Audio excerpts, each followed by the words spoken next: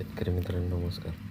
आज आपण बघायला आले प्लॉट 8632 व्हरायटीचे रोप लागण आहे. ही साधारणतः 50 ते 55 दिवसाची रोपं आहेत.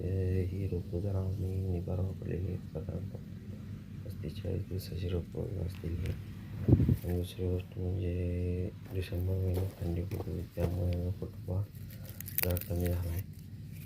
आणि निबार रोप असल्यामुळे रोप निवडताना एक कवळी साधारणतः 25 ते 30 दिवसाची रोपं निवडायची.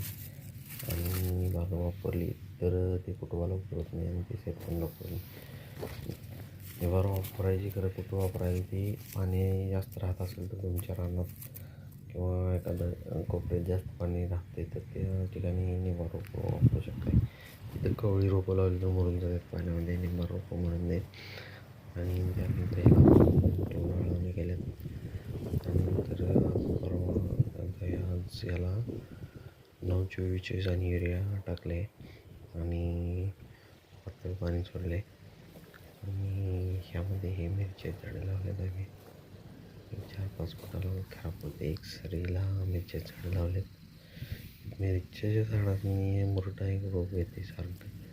त्याला कोणता उपाय आहे ते किंवा औषध असेल तर ते मला कमेंट करून सांगा. तर हे बघू शकता कुठं 4 झाले, कुठं 5 झाले, कुठं एक ठिकाणी असं 5-7 पण झालेलं आहे, कुठं झाला नाही असं म्हणजे हे झाले या प्लॉटमध्ये. थंडीच्या प्रमाणामुळे असं झालं आहे. ह्यामध्ये बघू शकता हे लागवड टाकले.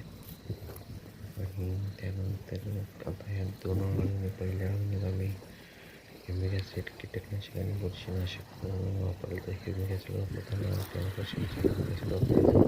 कीटकनाशक क्लोरो 50% आणि बुरशीनाशक साप वापरायचं.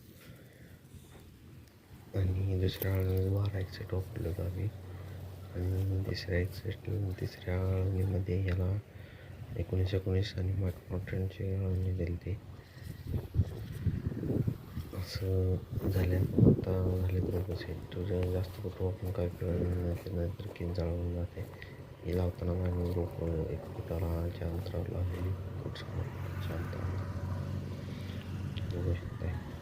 साधारणतः पिवळी रोपं आहेत ही निवार होती, पण आता पिवळी सुद्धा आता हिरवी झाली.